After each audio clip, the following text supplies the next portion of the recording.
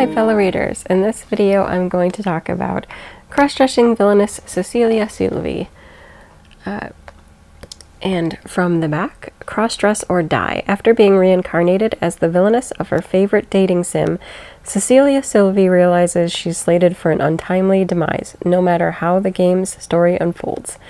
Convinced she can cheat death by assuming a new identity, she becomes Cecil Edmina, the dashing son of a baron. Unfortunately, Cecelia adapts to the role a little too well and ends up replacing her brother as one of the knights who protects the heroine. To top it all off, the prince betrothed to Cecelia is now catching feelings for her alter ego. This villainess will do whatever it takes to achieve a carefree life, but if her guise ever slips, it's game over. So, this is a very cute story by Hiroro, yeah, Akizakura. I didn't know how I would feel about this, but this actually ended up being a super quick and funny read.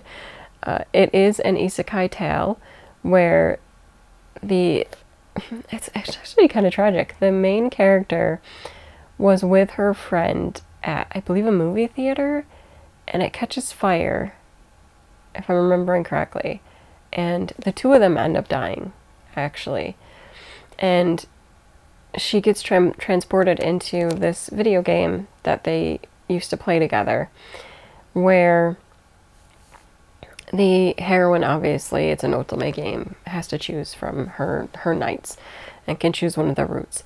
And she's reborn as Cecelia, who is the villainess, and knows that in the course of the video game she will end up dead. So she's like, okay, I don't want to end up murdered. How can I prevent this? And the whole cross-dressing plot begins, and she's going to change her future by pretending to not be who she is. And so she believes, okay, if I am some other person entirely, I won't be the villainess, therefore the heroine won't have my complication interfere with her storyline, will do whatever she can do, go on her route, find her true love, and I will hang back and not get into all this issue. However, since she has the abilities that she would have had as the villainess, because they're like competing, I don't remember what their term is called, but like holy princess or something, since they're like have the abilities to see these bad things that happen when the school gets attacked.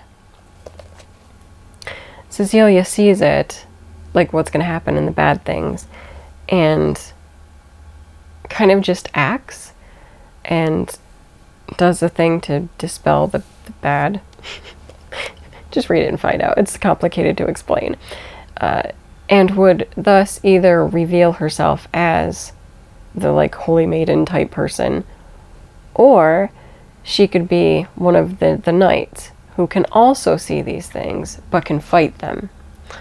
So when that all goes down, her brother, who's actually her adopted brother, so they're not blood related, and that is important if you catch what I'm throwing down there, protects her by giving her his little bracelet thingy, whatever it is, that signifies him as a knight, so that she can act as a knight instead of having to come clean about who she really is. And then it just kind of proceeds with different hijinks. She gets thrown together a lot with the prince man that is her betrothed, as Cecelia, her betrothed, that she kind of has wanted to stand away from, because I believe in the game world he probably ends up leaving her to be with the other one.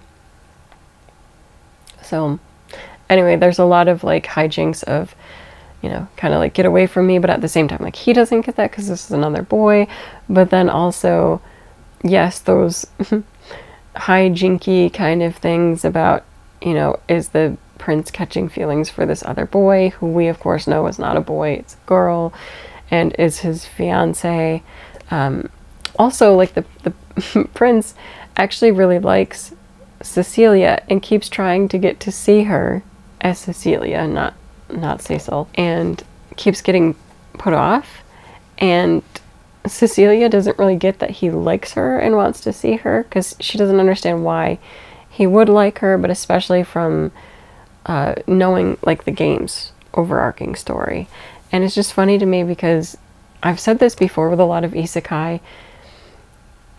Once they are in the new world, they are immediately changing those events. So it's not just the video game story being retold. Like, they're actually building their own story, and because they are their own people, they're kind of recreating it. So it's not like you'll just have those events happening. So I don't know, it's always weird to me with the isekais like this, like how much is fated and how much is just free will because you're a human that was born into it. I don't know.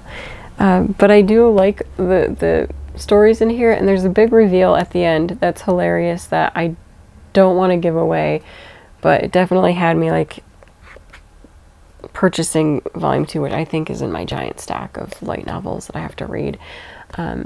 But I kind of saw it coming, and I don't know, I'm very excited about it, but it's good. I like this one. I think the humor, the interpersonal relationships with the characters and how it's all interweaving is great. I'm looking forward to seeing where it goes. I hope it's not a super long series because I don't think it needs to be, but you know, I'll see how it goes. I'm up for it. But at this stage, I really enjoyed volume 1. Would definitely recommend it to shoujo fans. I think would like this. I think humor fans would like this. Isekai fans would like this. It's fun. It's lighthearted. It's a very quick read. And I mean, the book itself is really short as well. It's under 200 pages, so it's a very quick read. But also just the humor of it keeps it pretty fast-paced. And yeah, I'm gonna recommend Cross-Dressing Villainess Cecelia Sylvie. And I look forward to seeing where Cecelia's adventures go. That is it for this video. Until next time.